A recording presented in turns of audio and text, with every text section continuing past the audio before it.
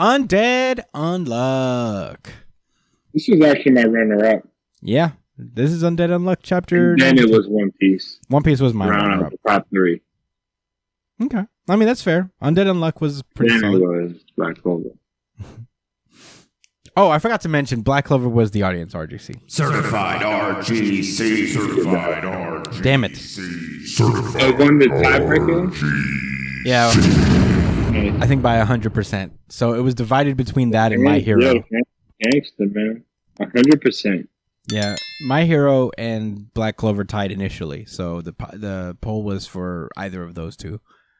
So, I thought it was between Undead and that. Nope. But yeah, Undead Unluck chapter 92 Taste. Last we left off, we get a little bit deeper into the backstory of Spring, how he was in his in training mode when he was just a head bouncing around trying to make friends with humans. And he's just he kept trying to run around trying to make cherry blossoms, but people were still scared of him because he's a little baby demon.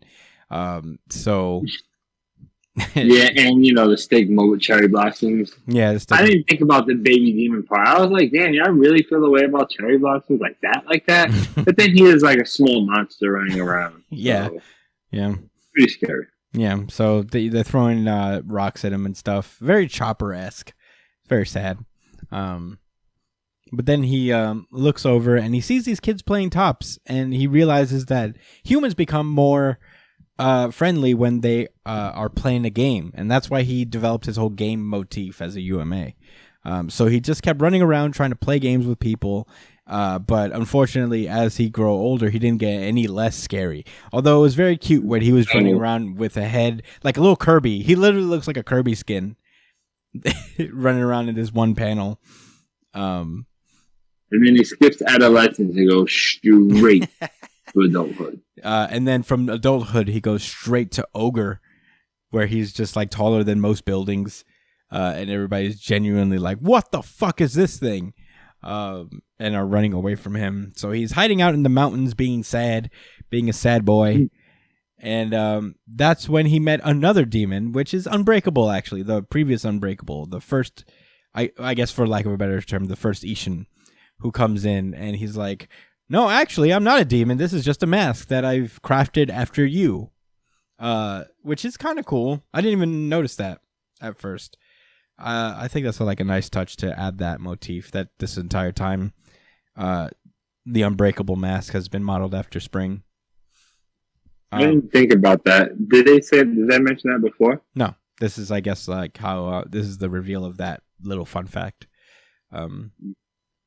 But yeah, the demon was pretty fucking stoked that this guy made a mask out of him, and was the first human to kind of talk to him without fear, and he taught him how to play games. And he's like, "You're not afraid? I'm the demon of the blossoms." And he's like, "What a tasteless thing to say. People are killing each other in a turf war. That's not because of an ill omen. That's human sin wrought by human hands." And he bows down, and he's basically asking for forgiveness for how the villagers have treated him over the years. And Spring is just confused. He's like, "Why are you apologizing to me, dog? You didn't do anything." And he's like, "Decide, dude. You could get up. I'm not mad." And he's like, "Man, you sure are kind. Let me make it up to you somehow." And he says, "Can I ask for anything?" And he's like, "Yeah." He's like, "I want to play a bunch." And I'm like, "Aw." So, every day from there on out, Ishin would go up and play games with him. And every game that we've seen so far, well, the 3 games that we've seen so far have been games that Ishin has introduced to him, like the Karuta game and the Tops, and now the Dice game. And through the Karuta game specifically, that's how he learned, I guess, language even further than, what a UMA would be able to speak. Speaks in haiku. Makes sense. Yeah. It's pretty cool. Unbreakable even brings him some clothes, which is nice. He's like, "I can't have you being naked." And he's like, "All right, cool." And And he's still kind of sad, Spring is, because even though Ishin's very nice to him, he is still feared by most people. So Ishin, this is where we get the parts of the flashback we've seen, where he explains how he's going to kind of go to battle to take down the shogunate, or whoever overthrew the shogunate. He was going to go to battle, and he's going to stop it with his Unbreakable. It'll be a bloodless siege, and the marker of the new era will be the cherry blossoms at the heart of it. And everyone will fall in love with cherry blossoms because they're connected to this really cool event where something bad was really prevented, historically or whatever. And at that point, he did it. He did his bloodless siege, and the cherry blossoms that enveloped that new start were considered glad tidings for people for the first time. And then later on in time, he realizes that, he's a UMA, so he's still like under the control of God, and God's just been fucking with Spring for like decades, it seems. And he seems to have taken over his body again. I didn't even think about that. I thought he just was activating Uma fuckery. But right, it is God that says, okay, time to ruin make things difficult. No more good feelings, only toxic behavior. And then he enters a battle, and he burns down Ishin's village. And that's when he gets lucid again, and he's like, wait, what happened? And Ishin doesn't bat for a second. He's just like, oh, Lord Spring, looks like you're back to normal. He's like, what? Did you do this? And he's like, I heard you were running amok, so someone amok here. Someone was challenging the villagers to bets and taking the lives of whoever lost. A demon, they said. And Spring just starts to fall apart because, he basically played these games with all these people and have taken their souls. So nigga had a whole list of bodies. Yeah, for real. He looked at it, was like, what is that name? Yeah, he really. This is just he fucked up. Murderous shit. Yeah. Murderous shit. Yeah, it was sad. And he begs Ishin to kill him because, at that point, it's just going to continue onward. God's just going to take over him again and start playing people in dice until they die. And Ishin just I wonder, was he forcing people into it, or if everyone was just like, man, fuck out of here, I ain't pussy. Imagine. Shoot these. I'll beat you in this card game. I'm nice, and they just all lost because he has the infinite good luck, right? Yeah. I think he beat everyone. But these niggas had Japanese pride. I think under most circumstances, after in the most generous of circumstances, after the fifth person, I'm like, I don't think I'm playing dice with this guy. Yeah, I think at some point he started forcing people, but the first few was just fuck out of here. Pure stubbornness. No, that guy sucked. That's why he died. He was going to die anyway because he sucked. Yeah. Let me play this guy. Don't you know who we are? We're the Harlem Dice League. Whoa, snake eye, snake eye, snake eye.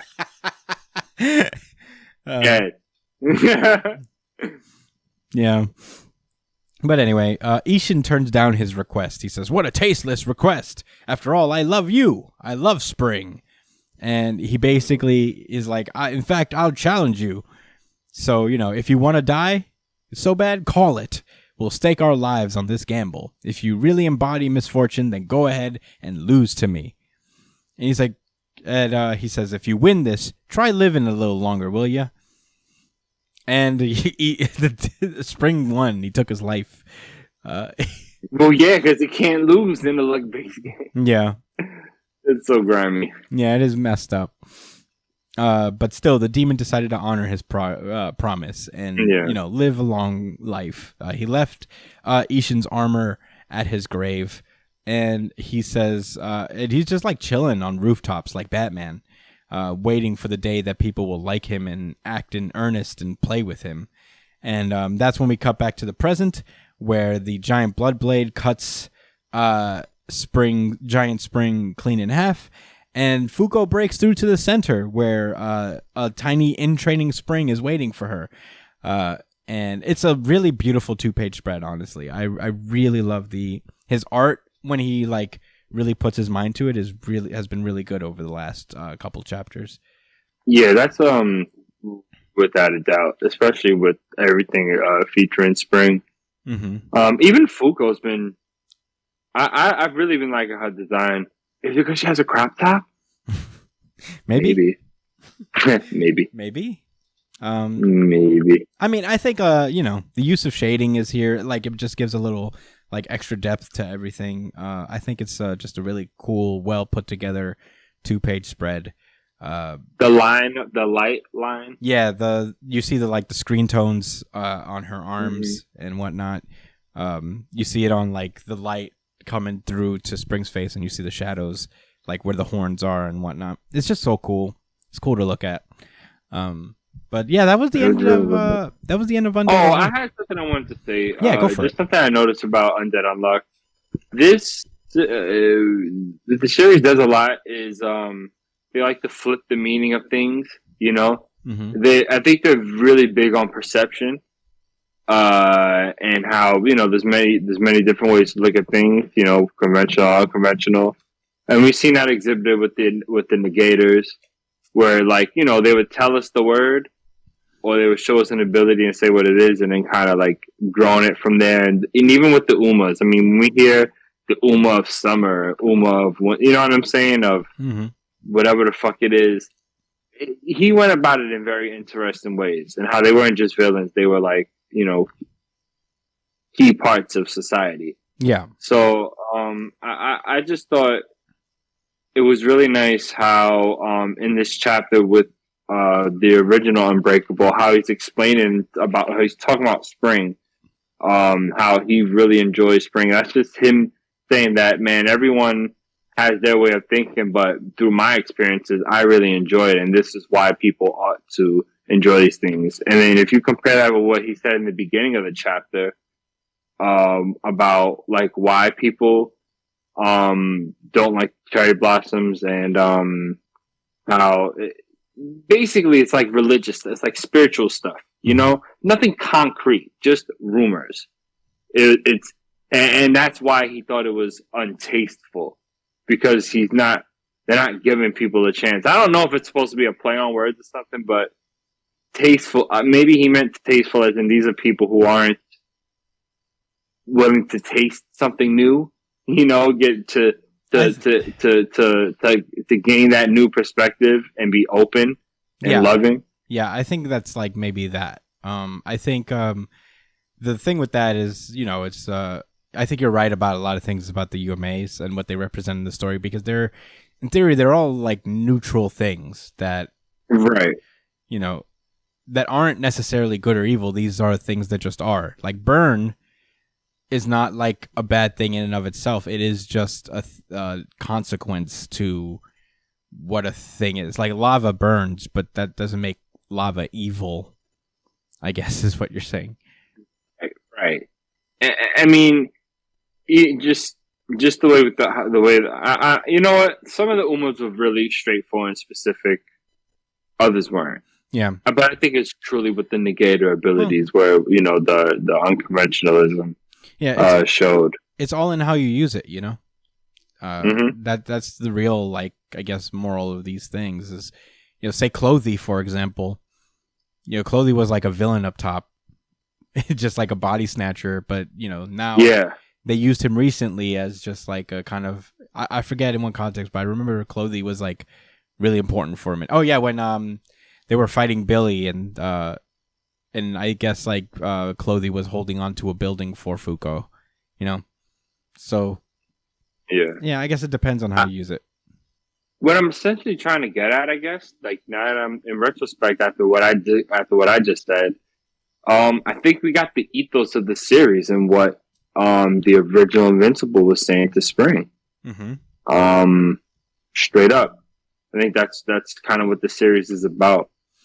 Yeah, not being pigeonholed to thinking into a certain way that it allows you to be so rigid and so closed-minded towards experiences and people. Mm-hmm. It's also, maybe that's a little vague, but I think what you're trying to say is that in the case of Spring, what Ishin was trying to say was that like everybody blamed misfortune on cherry blossoms, but the truth is that it's not. It's what people do. Right. That's what I was. That's the part I left out. Yeah. It's people that are causing these wars. It's people that are killing each other for whatever reason, whether it be greed or power. It's not necessarily, everything in the world is kind of neutral except for your intention. So I think that's the real kind of, I guess, that was really well ethos said, of Chris. Undead Unluck. Exactly. It was them not wanting to accept, the truth of things and wanting to believe what's being said. Yeah. Anyway, I think we said. Yeah, I mean, this podcast is very much a first reactions that we're just trying to work out our feelings about any particular thing. So a lot of the time we're not very clear or whatever, but I feel like both of us have kind of hit the nail on the head of what they're trying to get at. I would hope so. You guys could let us know. Do you guys think that's what the meaning of Undead Unluck is? Have we figured out the philosophy of Undead Unluck? Let us know.